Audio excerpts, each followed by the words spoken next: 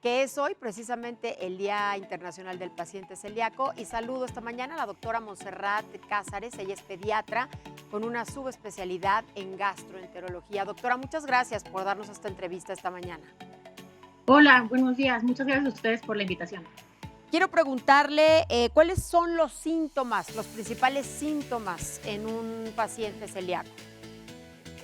Mira, el paciente celíaco clásico que se veía, o sea, que se describía hace algunos años, era aquel niño que estaba desnutrido, se veía muy panzoncito, tenía diarrea crónica y en estas evacuaciones se veían con restos de grasas, eso se le llama esteatorrea.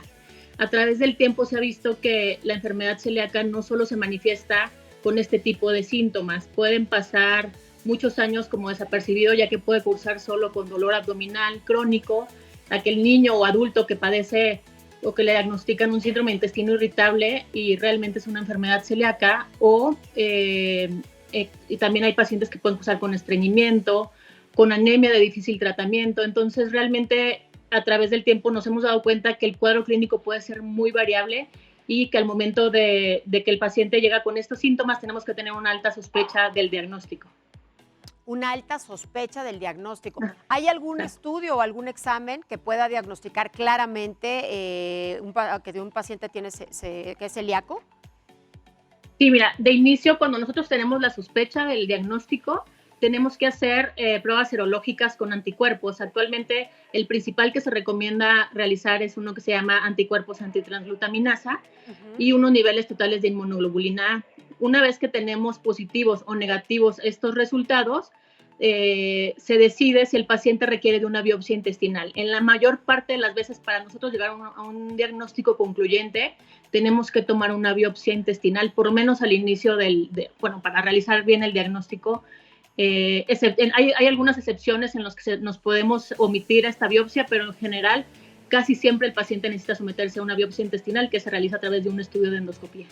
A través de un estudio de endoscopía era lo que le quería preguntar, doctora. ¿Cómo se realiza una biopsia intestinal? O Sí, sea, es ¿con a una través de un cámara? estudio de endoscopía, que es cuando metemos camarita por la boca, exploramos por dentro y tomamos muestras de intestino delgado, principalmente del duodeno. Bien. ¿Qué alimentos no puede comer o no debe comer un celíaco? Mira, en general, el gluten, como lo dijeron en la nota informativa, es una de las tantas proteínas que contiene el trigo, la cebada y el centeno. Aquí hay mucha duda con la avena, porque en general la avena como grano puro no contiene gluten, pero en las presentaciones comerciales generalmente viene mezclada con algo de harina de trigo. Entonces también por eso se debe eliminar de la dieta en la mayor parte de los casos, a menos que sea una avena que venga en su estado puro, también la avena. Entonces es trigo, cebada, centeno y en general la avena de la dieta de los pacientes y se debe de quitar por completo. Pero, por ejemplo, estas galletas de avena no son recomendables o algunos No, cereales inclusive de avena tampoco. tampoco porque generalmente vienen con trigo. Si nosotros el paciente con enfermedad celíaca debe de aprender a leer los ingredientes de los cereales que consume y pues generalmente si nos damos a la tarea de revisar todos los cereales que están en el mercado, la mayoría contienen trigo. La mayoría contienen trigo, definitivamente. Ajá, sí. Y bueno, ¿cuáles son los órganos principalmente que son más afectados por la enfermedad de la celiaquía, además del intestino delgado? Mira, generalmente como nos causa una mala absorción en general, el paciente puede cursar con varias deficiencias de vitaminas. Entonces esto puede afectar el esmalte de los dientes, puede causar osteoporosis, puede causar problemas en la piel. Hay una cosa que se llama También. osteoporosis también por la mala absorción del calcio. Los pacientes pueden cursar, generalmente los niños pueden cursar con talla baja y de hecho un niño que tiene talla baja solamente y que no encontramos otra causa, debemos de sospechar en enfermedad celíaca. Puede haber pubertad retrasada, como te comentaba, anemia por deficiencia de hierro que no responde al tratamiento con hierro. Y bueno, también en muchos pacientes que padecen algunas otras enfermedades, estamos obligados a descartar que no se acompañen de enfermedad celíaca, como por ejemplo la diabetes tipo 1, los niños con síndrome de Down, pacientes con tiroides autoinmune, deficiencias de inmunoglobulinas, etcétera. Entonces, Bien. sí es como muy amplio el panorama. Sí, Sí, por supuesto. Me imagino que esto está vinculado con la adolescencia retrasada, doctora. ¿Nos puede explicar en qué consiste?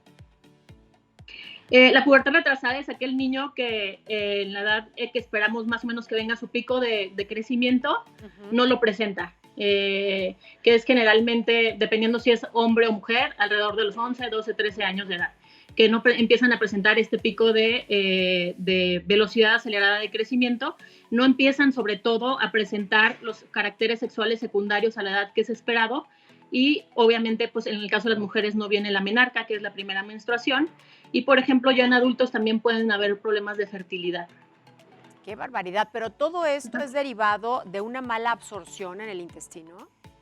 Sí, claro, porque como no, digamos que el cuerpo está en un estado de desnutrición, se empiezan a afectar otros órganos y sistemas. Entonces, de ahí la importancia de no solo en el paciente celíaco, sino que todos tengamos una adecuada nutrición, un adecuado aporte de vitaminas, minerales, etcétera.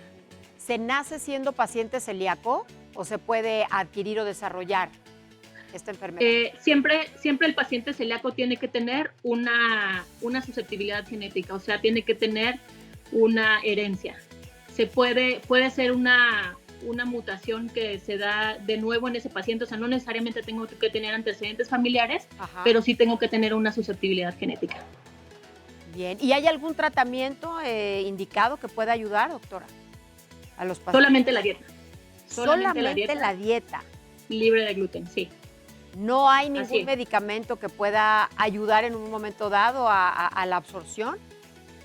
No, no hay ningún medicamento. Como lo mencionaban en la cápsula informativa, lo que pasa es que este gluten, al encontrarse con nuestras defensas, digamos que nuestras propias defensas atacan el intestino. Entonces, cuando nosotros quitamos este gluten de la dieta, la inflamación cede, el intestino mejora y empezamos a absorber bien y todo empieza a mejorar. Los pacientes con pubertad retrasada empiezan a desarrollarse mejor, los niños con talla baja empiezan a crecer, el adulto que tiene a lo mejor infertilidad secundaria, una enfermedad celíaca, recupera esta fertilidad. Entonces, todo tiene que ver con esta inflamación intestinal que se va a recuperar al final del día, evitando esta proteína del trigo, la cebada y el centeno.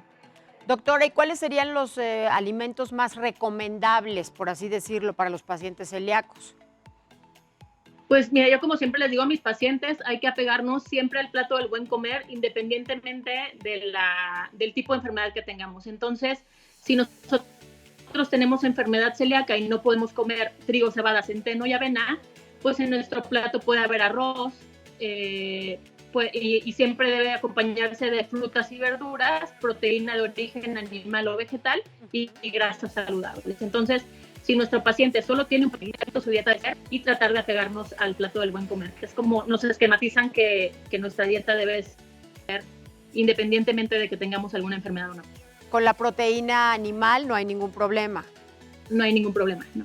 Es recomendable para ellos consumirla. Sí, los pacientes pueden comer todos los tipos de carnes, todos los tipos de frutas y verduras, pueden comer otros tipos de cereales fuera de los que ya mencionamos. Oleaginosas, por ejemplo. Oleaginosas sin problema. También. Por ejemplo, el maíz, sin problema lo podemos consumir, y el arroz, ¿no? Maíz y arroz sí permitido, trigo no permitido para los pacientes celíacos. Así es. Muy bien, doctora, pues le agradecemos mucho que nos haya brindado esta información. Muchas gracias. A ustedes, hasta luego. Buen día.